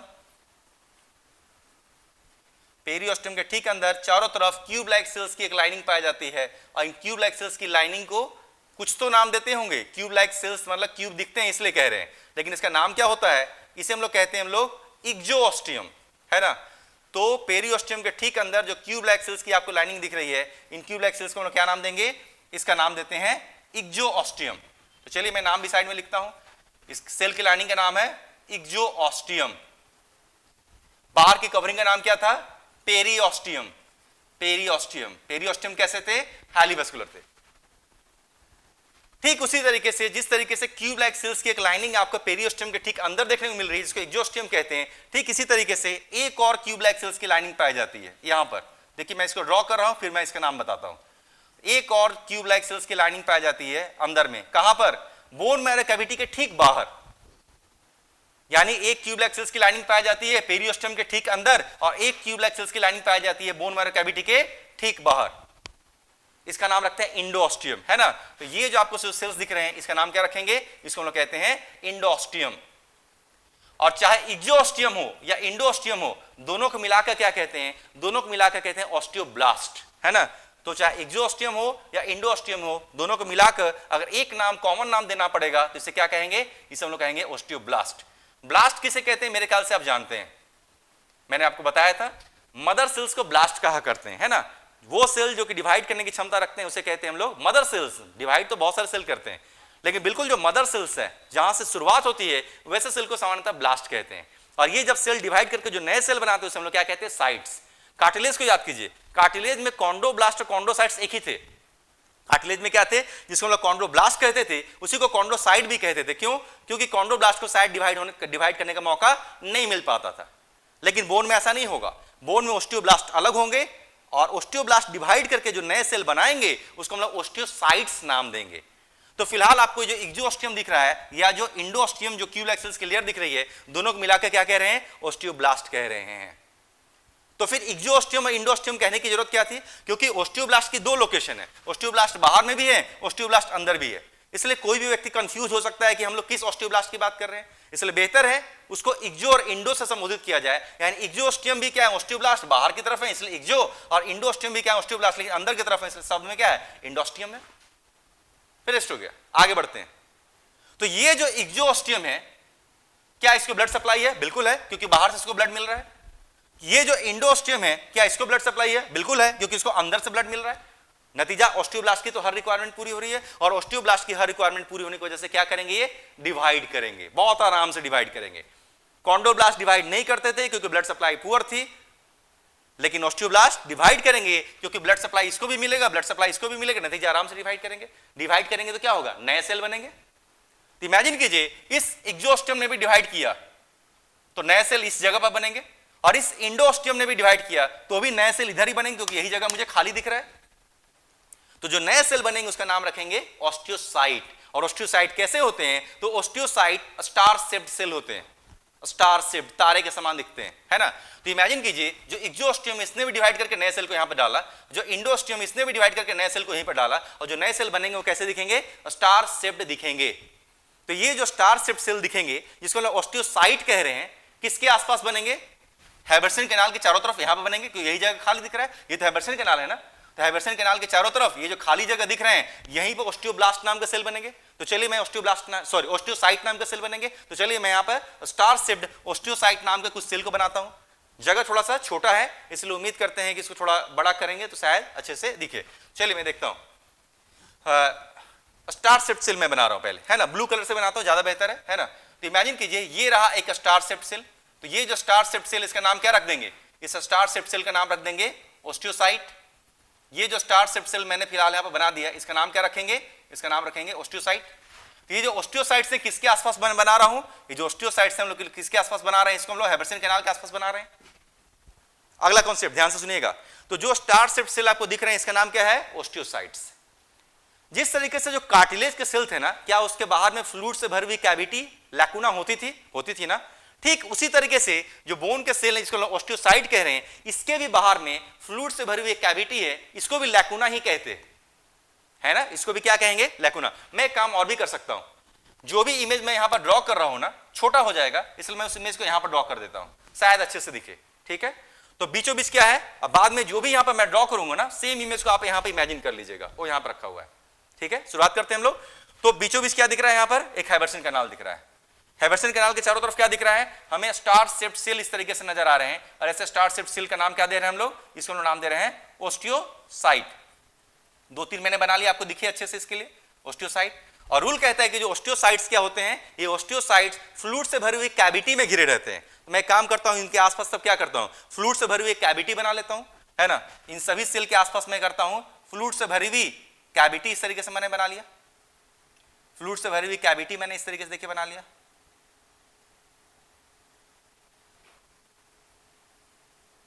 अगला रूल, यानी पहला था स्टार शेप्ड सेल, नाम ऑस्टियोसाइट। दूसरा रूल, ये फ्लूइड से भरी हुई कैविटी में घिरे रहते हैं, नाम होता है लैकुना। तीसरा रूल, ये सेल आपस में कनेक्टेड रहते हैं। इमेजिन कीजिए अगर अंदर के जो स्टार शेप्ड सेल हैं अगर आपस में जुड़ जाएं, तो चलिए इन सेल्स को आपस में जोड़ते हैं। अंदर के जो स्टार शेप्ड सेल हैं, इमेजिन कीजिए आपस में जुड़ गए, तो देखिए मैंने 2 सेल को आपस में जोड़ दिया। इसी तरीके से इधर के भी जो स्टार शेप्ड सेल मुझे दिख रहे हैं, मैं इसको भी क्या करता हूं, दोनों को देखिए मैंने इसको आपस में क्या किया, जोड़ दिया। चलिए इधर से भी इसको मैं जोड़ देता हूं कहीं पर, है ना। इधर से देखिए मैंने इस स्टार शेप्ड सेल को भी देखिए यहां पर इस तरीके से जोड़ दिया, लाइक दिस, ऐसे दिख रहा है। तो रूल कहता है कि जो स्टार शेप्ड सेल क्या है, आपस में जुड़े हुए हैं। तो अगर स्टार शेप्ड सेल्स अगर आपस में जुड़े हुए हैं, तो उसके बाहर जो कैविटी है जिसका नाम लैकुना कह रहे हैं, वो भी तो जरूर जुड़ेगा, क्योंकि रूल कहता है कि लैकुना के अंदर ही इन स्ट्रक्चर्स को पाया जाना है। तो जब सेल्स आपस में जुड़े हुए दिख रहे हैं, यानी उसके बाहर की जो फ्लूइड फिल्ड कैविटी है जिसको लैकुना कहते हैं, उसको भी आपस में मैंने क्या किया, जोड़ दिया। जो सेल्स के बाहर में जो फ्लूइड फिल्ड कैविटी इसको लैकुना कहते हैं, उसको भी मैंने आपस में क्या किया, देखिए जोड़ दिया। चलिए इधर से भी जोड़ देते हैं, ये देखिए फ्लूइड फिल्ड कैविटी लैकुना, इसको मैंने क्या किया, आपस में देखिए जोड़ दिया। मतलब साफ है, एक ऐसे स्ट्रक्चर को हम लोग डिस्कस कर रहे हैं जिसमें क्या है, जिसमें बीचों बीच एक कैनाल है, जिसमें क्या है, जिसमें बीचों बीच क्या है, एक कैनाल है। इस कैनाल का नाम क्या है, हैबरसन कैनाल। और इस हैबरसन कैनाल के चारों तरफ क्या है, इस हैबरसन कैनाल के चारों तरफ मुझे स्टार शेप्ड सेल दिख रहे हैं, नाम osteocyte. Osteocyte fluid filled cavity lacuna के अंदर बंद है, और यही नहीं, ये आपस में फ्यूज भी हैं, कुछ ट्यूब लाइक स्ट्रक्चर से कनेक्टेड है। और ये जो ट्यूब लाइक स्ट्रक्चर से जो कनेक्टेड है ना, मैंने आपको दिखाने के लिए बड़ा बनाया, काफी महीन रेसे के समान होते हैं। इसको क्या कहेंगे, काफी महीन रेसे है ना, कैनाल्स है ना, इसलिए इसको कहा जाता है कैनाली कुली। कैनाल मतलब मोटा रहेगा तो कैनाल, काफी पतला रहता है तो उसको कैनाली कुली भी कहते हैं, ठीक है। तो अगला कॉन्सेप्ट, तो 3-4 कॉन्सेप्ट आपके हो गए। बीचों बीच हैबरसन कैनाल, उसके चारों तरफ स्टार शेप्ड सेल, उसका नाम है osteocyte. Star shaped cell osteocyte किसके अंदर है, तो फ्लूइड फिल्ड कैविटी लैकुना के अंदर बंद है। और ये जो सेल्स हैं आपस में भी जुड़े हुए हैं, और नतीजा उसके बाहर की लैकुना भी जुड़ी हुई है। इनके जुड़े होने की वजह से इनके बीच में हमें कुछ ट्यूब का जाल दिख रहा है, और ट्यूब के इस जाल को हम लोग कहते हैं कैनाली कुली। ट्यूब के जाल को कहते हैं हम लोग कैनाली कुली। तो कैनाली कुली भी हमें यहां पर नजर आ रहा है। और ये जो कैनाली कुली होते हैं ना, ये बीचों बीच के इस हैबरसन कैनाल से भी जुड़ते हैं। यानी इमेजिन कीजिए जो कैनाली कुली है, इसको भी मैंने क्या किया, ये देखिए हैबरसन कैनाल से मैंने इसको क्या किया, ये जो आपको ट्यूब का जाल दिख रहा है ना, इसको मैंने क्या किया, ये देखिए मैंने हैबरसन कैनाल से जोड़ दिया। ये देखिए कुछ कैनाली कुली को मैंने क्या किया, ये जो ट्यूब का जाल है जिसको हम लोग कैनाली कुली कह रहे हैं ना, ये देखिए मैंने इसको लास्टली क्या किया, ये देखिए इसको ट्यूब का जाल कैनाली कुली से जोड़ दिया। यानी सोचिए कि कैसा शानदार स्ट्रक्चर दिख रहा है। मतलब साफ है, हेबरसन कनाल लास्टली किससे जुड़ा हुआ है? हेबरसन कनाल लास्टली किससे जुड़ा हुआ है? तो देखिए कैनालिकुली से जुड़ गया। और थोड़ी देर पहले देखिए मैंने आपको कहा था ये जो लंबे लंबे कैनाल्स हैं जिसको हेबरसन कैनाल्स कहते हैं, और इनको जोड़ने वाले जो ट्रांसवर्स कैनाल्स हैं जिसको हम वोल्समैन कैनाल कहते हैं, इनके अंदर क्या मौजूद था? इसके अंदर ब्लड था ना, न्यूट्रिएंट आर्टरी आई थी। तो ये जो लंबे कैनाल हैं हेबरसन कैनाल, इसके अंदर कौन प्रवेश किया था? Nutrient artery. तो न्यूट्रिएंट आर्टरी अगर इस हेबरसन कैनाल में प्रवेश किया तो हेबरसन कैनाल के अंदर भी क्या है? Blood vessel. वोल्समैन कैनाल के अंदर भी क्या था? Blood vessel. मतलब हेबरसन कैनाल के अंदर ब्लड तो है। तो इमेजिन कीजिए अगर इस बीचों बीच के इस हेबरसन कैनाल के अंदर अगर ब्लड है तो क्या ये ब्लड इस ट्यूब का जाल कैनालिकुली से होते हुए क्या ओस्टियोसाइट तक नहीं पहुंचेगा? बिल्कुल पहुंचेगा, because all are very well interconnected, सभी बहुत अच्छे से आपस में जुड़े हुए हैं। फिर से मैं रिपीट कर रहा हूं, शायद दिक्कत आए किसी को, है ना। तो बाहर से एक आर्टरी बोन के अंदर प्रवेश की थी, नाम था न्यूट्रिएंट आर्टरी। उसने क्या किया? एक हेबरसन कैनाल में प्रवेश पा लिया, और हेबरसन कैनाल में प्रवेश करने की वजह से इसको ब्लड मिल गया। और अगर एक हेबरसन कैनाल में ब्लड है तो यानी जितने भी हेबरसन कैनाल और वोल्समैन कैनाल सब में ब्लड है। यानी अगर इस सेक्शन को देखेंगे तो इस हेबरसन कैनाल में क्या है? ब्लड अवेलेबल है। अगर इस हेबरसन कैनाल में अगर ब्लड अवेलेबल है तो ब्लड इस कैनालिकुली में भी जाएगा, और ब्लड कैनालिकुली से होकर कहां तक पहुंचेगा? हर एक सेल जिसको ओस्टियोसाइट कहते हैं वहां तक पहुंच जाएगा। देखिए कितना डिफरेंस है। जहां कार्टिलेज के सेल ब्लड को पाने के लिए तरस जाते थे, ठीक अपोजिट ब्लड के बोन के हर एक सेल को ब्लड सप्लाई उपलब्ध कराई जा रही है। बोन के हर एक सेल को ब्लड सप्लाई उपलब्ध कराई जा रही है। लेकिन बोन के नए सेल इधर से भी आ रहे हैं और बोन के नए सेल इधर से भी आ रहे हैं। नए सेल दोनों तरफ से आने की वजह से बोन के ग्रोथ को बाई डायरेक्शनल ग्रोथ कहा जाता है, जबकि कार्टिलेज के ग्रोथ को देखिए हमने क्या कहा था? Unidirectional growth. आपने देखा होगा कार्टिलेज में सेल बाहर से सिर्फ अंदर की तरफ ही धीरे धीरे बड़े हो सकते थे, अंदर से बाहर नहीं जा सकते थे, है ना। मैंने आपको पढ़ाया होगा द ग्रोथ ऑफ कार्टिलेज कैसा था? यूनिडायरेक्शनल, यानी एक ही डायरेक्शन में सेल बढ़ते थे, दोनों डायरेक्शन में नहीं होते थे। लेकिन यहां पर क्या हो रहा है? नए सेल इधर से भी आ रहे हैं और नए सेल इधर से भी आ रहे हैं। नए सेल दोनों तरफ से आने की वजह से this is called by directional growth. और ये जो पूरा स्ट्रक्चर बीचों बीच क्या है? हेबरसन कैनाल। इसके चारों तरफ क्या है? ओस्टियोसाइट। और क्या है? कैनालिकुली। ये पूरा स्ट्रक्चर कैसा दिखेगा? ये पूरा स्ट्रक्चर एक रिंग लाइक दिखेगा। ये पूरा स्ट्रक्चर कैसा दिखेगा? एक रिंग लाइक पैटर्न में अरेंज दिखेगा, लाइक दिस। ये पूरा स्ट्रक्चर कैसा दिखेगा? ये पूरा स्ट्रक्चर एक रिंग लाइक पैटर्न में अरेंज दिखेगा, लाइक दिस। ये देखिए मैंने आपको एक रिंग दिखाया यहां पे, और इसी रिंग लाइक स्ट्रक्चर को हम लोग कहते हैं हेबरसन सिस्टम, या इसी को ऑस्टियन भी कहते हैं। तो फिलहाल आपको जो रिंग लाइक स्ट्रक्चर दिख रहा है इसका नाम क्या है? इसका नाम है Haversian system. This is called Haversian system, and Haversian system is also known as osteon. तो जरा सोचिए ये जो हेबरसन सिस्टम है, तो जो भी स्ट्रक्चर फिलहाल मैंने बाहर ड्रॉ किया, this ring like structure is called Haversian system. कोई भी पूछे व्हाट इज हेबरसन सिस्टम और ऑस्टियन, हेबरसन सिस्टम यानी ऑस्टियन क्या है, तो आंसर क्या होगा? ये कहेंगे हेबरसन सिस्टम यानी ऑस्टियन एक रिंग लाइक स्ट्रक्चर है, कॉन्सेंट्रिक रिंग लाइक स्ट्रक्चर है। कॉन्सेंट्रिक मतलब इसमें एक सेंटर दिखता है, और इसका सेंटर को बनाया किसने? इस रिंग लाइक स्ट्रक्चर जिसको हेबरसन सिस्टम यानी ऑस्टियन कहते हैं, इसके सेंटर को बनाया है हेबरसन कैनाल ने। इसके आसपास क्या है? इसके आसपास ओस्टियोसाइट्स हैं, आपस में क्या है? वेल कनेक्टेड है। कनेक्शन का नाम क्या है? कैनालिकुली। और लास्टली हेबरसन सिस्टम किससे, हेबरसन कैनाल किससे जुड़ा हुआ है? लास्टली हेबरसन कैनाल कैनालिकुली से बहुत अच्छे तरीके से जुड़े हुए हैं, और इसी रिंग लाइक स्ट्रक्चर को कहते हैं हेबरसन सिस्टम। अब इमेजिन कीजिए सेम इस हेबरसन सिस्टम जिसको ऑस्टियन मैंने यहां पर ड्रॉ किया, यहां से उठाया, मैंने यहां पर पुट कर दिया, मैंने यहां पे पुट कर दिया, तो ये क्या दिख रहा है आपको? एक हेबरसन सिस्टम दिख रहा है। तो इस बोन के अंदर कितने हेबरसन सिस्टम आप पाए जाने की उम्मीद करते हैं? जितने कैनाल्स होंगे उतने सिस्टम होंगे। मान लिया ये एक कैनाल था तो इसके आसपास एक रिंग दिख रहा है, एक हेबरसन सिस्टम। अगर मान लिया ये आपको दूसरा कैनाल दिख रहा है तो इसके आसपास एक और हेबरसन सिस्टम होगा। ये मान लिया कि आपको ये एक तीसरा कैनाल दिख रहा है, इसके आसपास क्या होगा? एक और हेबरसन सिस्टम होगा। ये चौथा कैनाल दिख रहा है, एक और हेबरसन सिस्टम। पांचवा कैनाल दिख रहा है, एक और हेबरसन सिस्टम। ऐसा ही ना होगा? लाइक दिस, एक कैनाल और दिख रहा है, ये देखिए एक और हेबरसन सिस्टम। मतलब साफ है एक बोन के अंदर क्या दिखेंगे? एक बोन का जब ट्रांसवर्स सेक्शन लेंगे तो उसके ट्रांसवर्स सेक्शन में गोल गोल रिंग जैसा स्ट्रक्चर नजर आएंगे। उसका सेक्शन लेंगे क्या दिखेंगे? उसके ट्रांसवर्स सेक्शन में गोल गोल रिंग लाइक स्ट्रक्चर दिखेंगे, और इन्हीं गोल गोल रिंग लाइक स्ट्रक्चर को क्या कहते हैं? इसको हम लोग कहते हैं हेबरसन सिस्टम यानी ऑस्टियन। तो क्वेश्चन सिंपल सा रहा, हेबरसन सिस्टम यानी ऑस्टियन की संख्या कितनी होगी? जितनी कैनाल की संख्या उतनी ही सिस्टम की संख्या।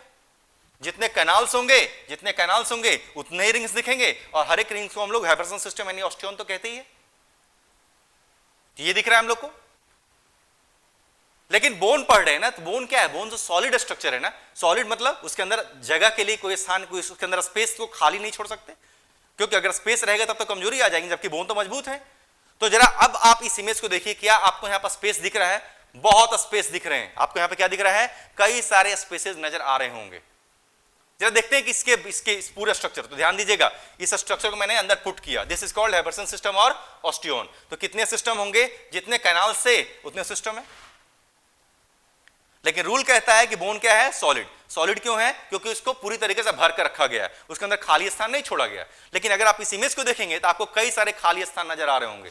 आपको क्या क्या खाली स्थान नजर आ रहे हैं? आपको मैं दिखाता हूं क्या क्या खाली स्थान नजर आ रहे हैं पहले, है ना। कुछ सिंबल मैं ग्रीन कलर का प्रयोग करता हूं, शायद दिखे।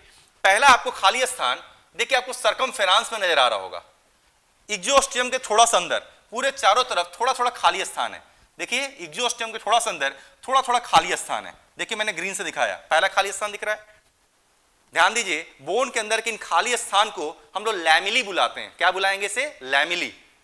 क्योंकि पहला खाली स्थान हम लोग को देखिए पेरियोस्टियम के अंदर दिख रहा है। एक और खाली स्थान देखिए हम लोग को इंडोस्टियम के बाहर, देखिए जिसको मैंने ग्रीन कलर से थोड़ा ड्रॉ किया, ये भी थोड़ा खाली स्थान दिख रहा है ना, खाली दिख रहा है। तो पहला खाली स्थान ये दिख रहा है हम लोग को पेरियोस्टियम के ठीक अंदर, इसको हम लोग कहते हैं हम लोग।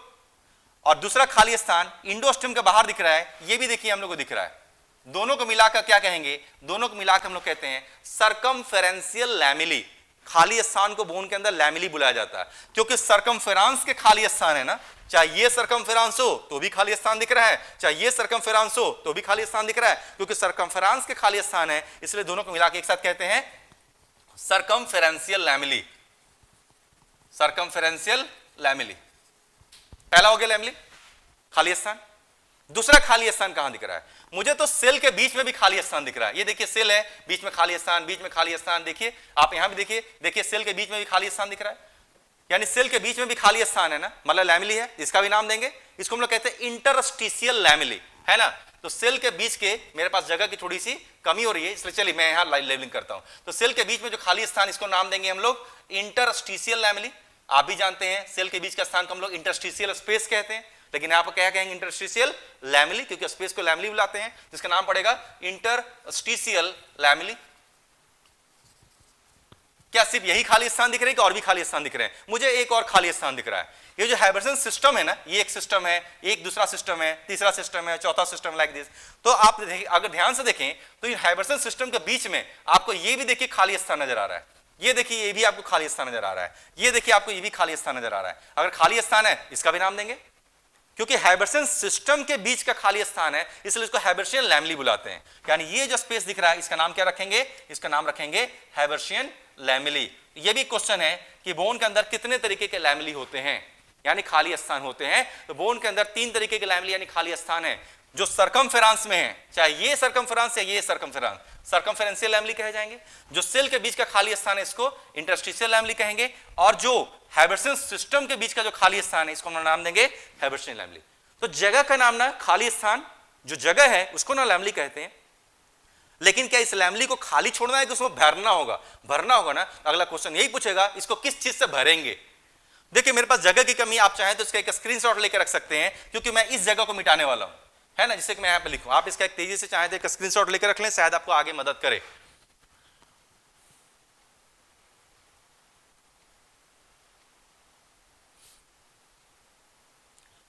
चलिए उम्मीद करते हैं आपने स्क्रीनशॉट ले लिया होगा। तो मैं इस जगह को खाली कर रहा हूं, है ना। मुझे यहां पर कुछ लिखना होगा आपको समझाने के लिए। तो अगला क्वेश्चन ये पूछेगा, जो खाली स्थान उसको क्या बुला रहे हैं? लैमिली। लैमिली कितने तरीके के हैं? 3 तरीके के। सर्कमफेरेंशियल लैमिली है, हैबर्शियन लैमिली है और इंटरस्टिशियल लैमिली। लेकिन इस लैमिली को क्या करना होगा? भरना होगा। तो याद रखिए, कनेक्टिव टिश्यू में भरने के लिए जिस चीज का प्रयोग करते हैं उसे क्या कहते हैं? मैट्रिक्स, है ना। यानी जो खाली स्थान है, इसको अलग अलग लैमिली के नाम से संबोधित करते हैं, इसको क्या करेंगे हम लोग? भरेंगे। भरने के लिए किसका प्रयोग करेंगे? मैट्रिक्स। तो मैट्रिक्स से पहले तो नाम पूछेगा। तो इस जगह को भरने के लिए इस मैट्रिक्स का प्रयोग किया जाता है, उसका नाम क्या होता है? इसे कहा जाता है ओस्टियोइड मैट्रिक्स, है ना। तो लिख रहा हूं मैं, filled with, lamellae is filled with, lamellae is filled with, किससे भरेंगे? ओस्टियोइड मैट्रिक्स। बोन के अंदर का मैट्रिक्स है, इसलिए इसका नाम देंगे, मैट्रिक्स का नाम होगा ओस्टियोइड मैट्रिक्स। कार्टिलेज के अंदर के मैट्रिक्स को कहते थे कॉन्ड्रोमिकोइड मैट्रिक्स। अब बोन के अंदर के मैट्रिक्स को कह रहे हैं हम लोग ऑस्टियोइड मैट्रिक्स। तो lamellae is filled with osteoid matrix. लेकिन जैसे ही आपने ऑस्टियोइड मैट्रिक्स कहा, एक क्वेश्चन अगला दाग देगा।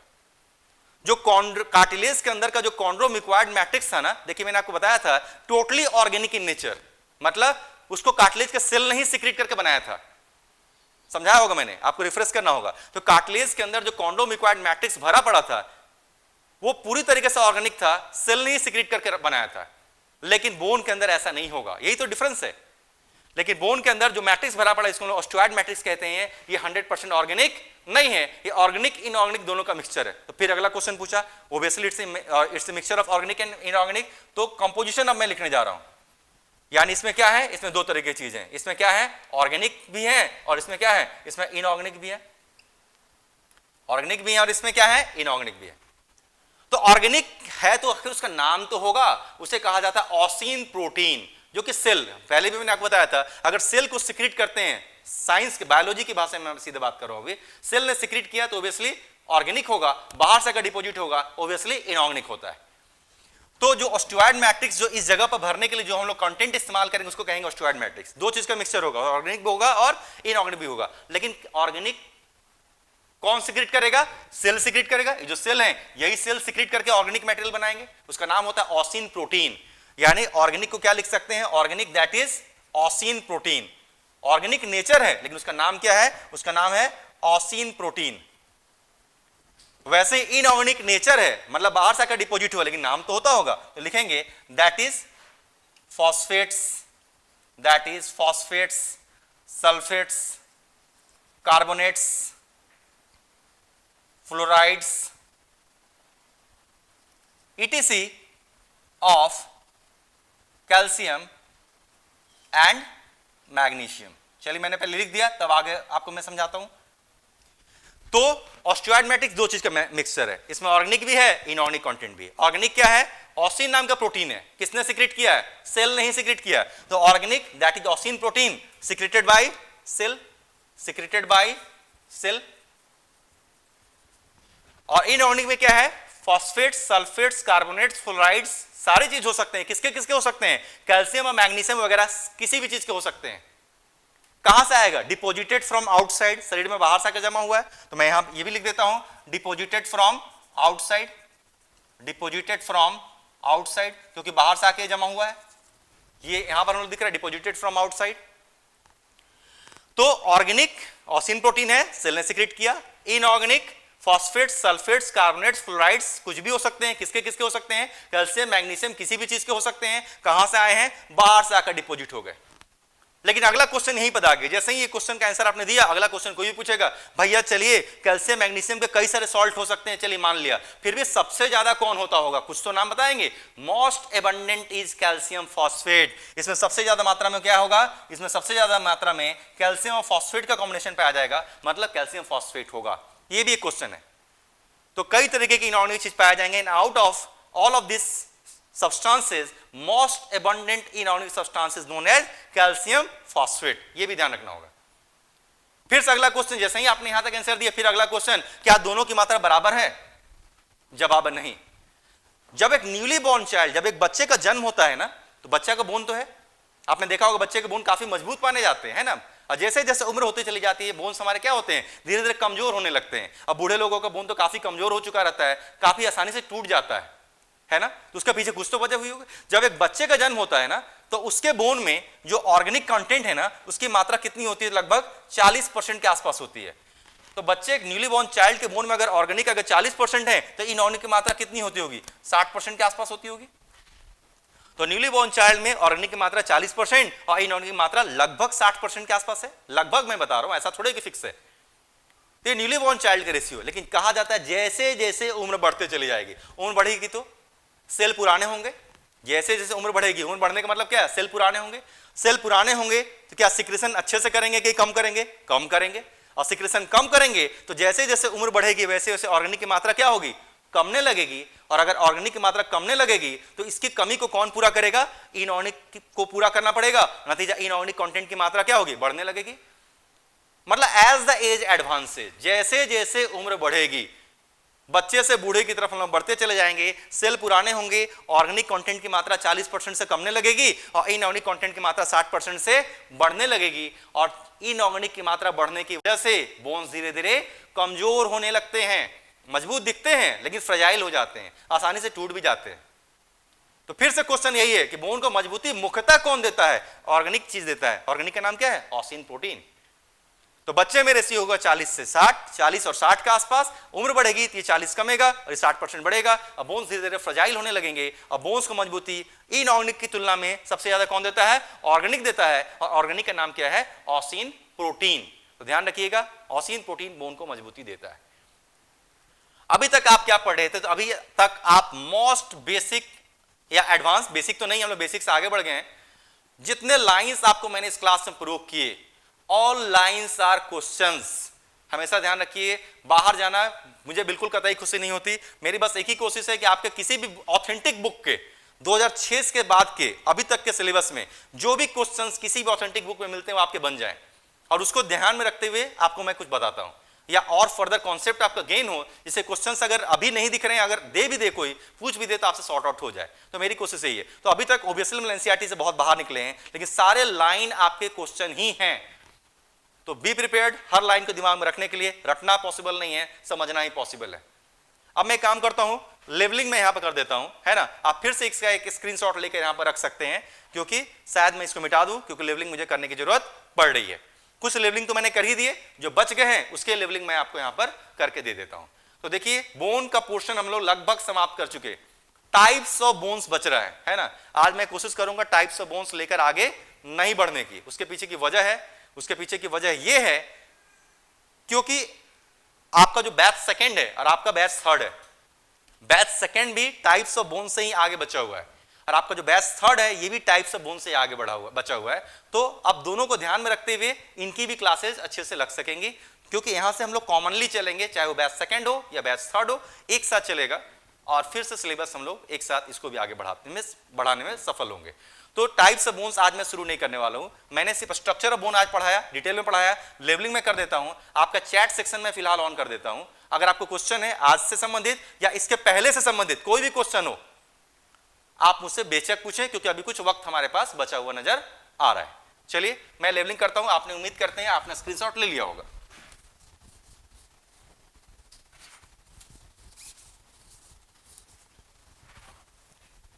तो लेवलिंग मुझे कुछ करना चाहिए। क्या क्या लेवलिंग मैंने कर दिया? पेरियोस्टियम दिख रहा है, हाइलीवस्कुलर दिख रहा है, क्यूबाइडल सेल्स के लेयर एक्जियोस्टियम लेवलिंग है, क्यूबाइडल सेल्स के लेयर इंडोस्टियम लेवलिंग दिख रहा है। बीचों बीच ये जो बोन मैरो भरा पड़ा है, इसका नाम क्या है? इसे हम लोग येलो बोन मैरो यानी व्हाइट बोन मैरो कहेंगे। किसके अंदर भरा हुआ है? Filled with in myeloid cavity, filled with in myeloid cavity. इसी कैविटी को हम लोग बोन मैरो कैविटी भी कहा करते हैं। लेवलिंग में जो दिख रहा है, ये जो लंबे लंबे ये जो कैनाल से हम लोग को दिख रहे हैं, इसका नाम क्या होगा? इसे हम लोग नाम देंगे हैबर्शियन कैनाल। ऑलरेडी आप बता चुके हैं मैं इसको, हैबर्शियन कैनाल। हैबर्शियन कैनाल को जोड़ने वाले जो कैनाल्स होते हैं, जैसे ये कैनाल दिख रहा है, इसको क्या कहेंगे? इसको हम लोग वोल्क्समैन कैनाल कहते हैं, वोल्क्समैन कैनाल कहते हैं। ध्यान रखिएगा, ये हैबर्शियन कैनाल और वोल्क्समैन कैनाल है। लंबे में चैनल कैनाल्स, हैबर्शियन कैनाल्स, इनको जोड़ने वाले कैनाल्स को कहते हैं हम लोग वोल्क्समैन कैनाल। ये जो हैबर्शियन कैनाल और वोल्क्समैन कैनाल है ना, ये मैमेलियन फीचर है। सिर्फ मैमल के बोन के अंदर ही हैबर्शियन कैनाल और वोल्क्समैन कैनाल पाए जाएंगे, लेकिन कहां पर? सिर्फ बीच के हिस्से में, जो लंबे बोन के जो आखिरी हिस्से हैं, जिसको एपिफाइसिस कहते थे ना, वहां नहीं होता ये कहां पर होता है? सिर्फ बीच के हिस्से में होगा। बीच के हिस्से को हम लोग डायफाइसिस या सैफ्ट कहते थे। तो मैमल के लंबे बोन में भी बीच का हिस्सा, जिसको डायफाइसिस या सैफ्ट कहेंगे, सिर्फ इसी पोर्शन में आपको हैबर्शियन कैनाल और वोल्क्समैन कैनाल जैसे स्ट्रक्चर दिखेंगे, अदरवाइज कहीं नहीं दिखते। ये उसी जगह का हम लोग सेक्शन पढ़ रहे थे। तो लगभग लग रहा है कि मैंने लेवलिंग कर ही दिया, और कुछ बचा हुआ तो दिख नहीं रहा। अब आप चाहें तो क्वेश्चन पूछिए। ओस्टियोसाइट्स वगैरह मुझे लेवलिंग कर देना चाहिए, है ना। तो ये जो दिख रहा है, इस सेल को हम लोग क्या कहते हैं? स्टार शेप्ड सेल है, इसको हम नाम देते हैं ओस्टियोसाइट। ओस्टियोसाइट्स को जो के बाहर में जो फ्लूइड फिल्ड कैविटी थी, उस फ्लूइड फिल्ड कैविटी को कहते थे लैकुना, और जो ओस्टियोसाइट आपस में जुड़ते हैं तो कहते थे कैनालिकुली, है ना। ओस्टियोसाइट आपस में जुड़ते हैं तो इसको हम लोग कहते थे कैनालिकुली। तो देखिए कैनालिकुली भी मैंने यहां पर दिखा दिया, इसको मैं लिख देता हूं कैनालिकुली।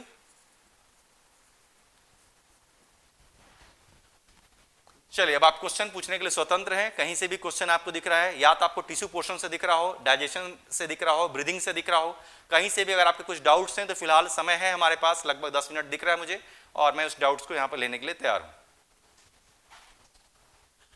लैमिली में भी ओस्टियोसाइट होते हैं क्या? देखिए लैमिली में ओस्टियोसाइट्स, देखिए जैसे सेल है और सेल के बीच का स्पेस है, वही हलचल यहाँ पर है।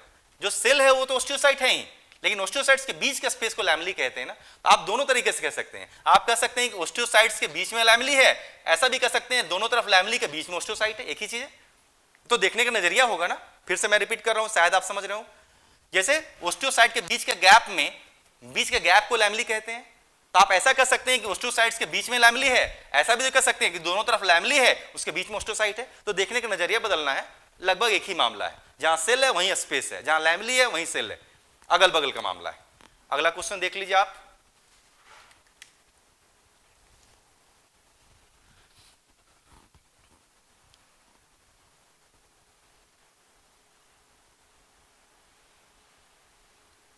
कोई भी क्वेश्चन हो आप इस समय का प्रयोग कर सकते हैं, है ना। स्क्रीनशॉट भी आप इसका एक लेकर रख ले। मुझे लगता है कि मैंने काफी ज्यादा बता दिया है ऑलरेडी, लेकिन आपके सारे क्वेश्चंस इसमें कवर हो चुके हैं।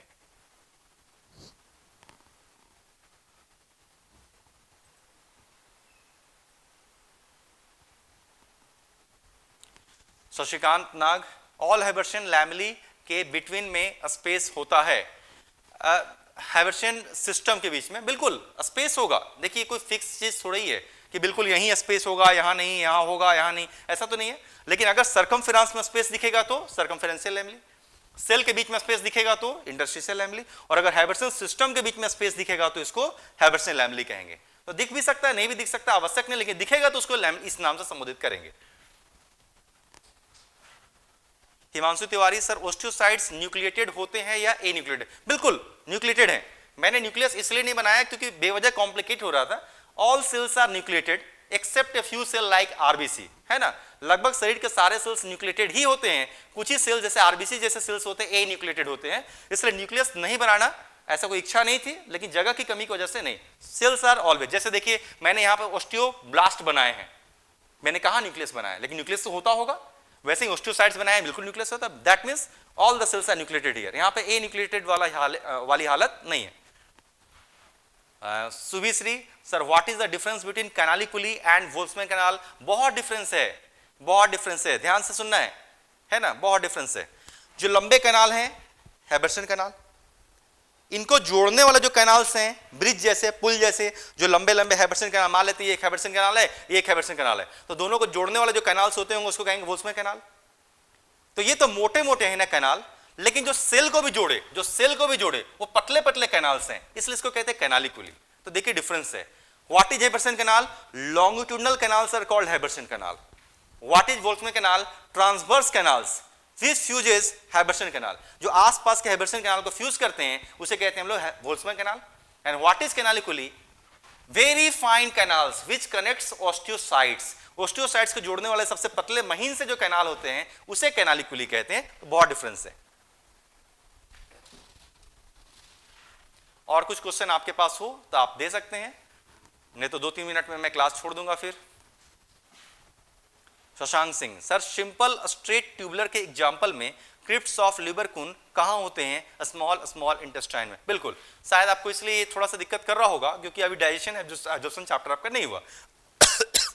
तो जब हम लोग स्मॉल इंटेस्टाइन पढ़ेंगे ना, small intestine, duodenum, jejunum, ileum, digestion absorption chapter में, तो स्मॉल इंटेस्टाइन में भी जब जेजुनम इलियम पढ़ेंगे तो जेजुनम इलियम क्या होंगे? ट्यूब लाइक स्ट्रक्चर है ना। मैं क्या करता हूं, थोड़ा सा इसको मिटाता हूं, मैं क्या करता हूं यहां से थोड़ा सा इसको मिटा देता हूं। तो जब जेजुनम इलियम हम लोग पढ़ेंगे जो कि स्मॉल इंटेस्टाइन होगा ना, तो वहां पर क्या होंगे? जेजुनम इलियम कैसे होंगे? ट्यूब लाइक स्ट्रक्चर है, जैसे ये पेन दिख रहा है ना, मान लिया वैसे ही है। लेकिन जब इसका सेक्शन इस तरीके से कट करेंगे, तो इसके अंदर क्या दिखेंगे? इसके अंदर हमें ऐसे फोल्ड नजर आएंगे, ऐसे फोल्ड को हम लोग कहते हैं विलाई, है ना। यानी जेजुनम इलियम कैसे हैं? ट्यूब है। ट्यूब का क्या किया हमने? सेक्शन लिया तो क्या दिखा? इसके अंदर हमें फोल्ड्स दिखा, इन्हीं फोल्ड्स को कहते हैं विलाई। अब मैंने क्या किया, इसको थोड़ा बड़ा बनाएंगे, तो ये है उसकी बाहर की लाइनिंग, ये दिख रहा है हमें फोल्ड्स, इस फोल्ड का नाम क्या है? विलाई। और इसी विलाई के बीच में देखिए ग्रीन कलर से मैं बना रहा हूं, ऐसे ऐसे कुछ कैनाल्स हैं और इन्हीं कैनाल्स को हम लोग कहते हैं क्रिप्ट्स ऑफ लिबरकुन। इन्हीं कैनाल्स को हम लोग कहते हैं क्रिप्ट्स ऑफ लिबरकुन। इंटेस्टाइनल ग्लैंड भी आम बोलचाल की भाषा में कहते हैं। तो आपको डाइजेशन एब्जॉर्प्शन चैप्टर में दिखेगा।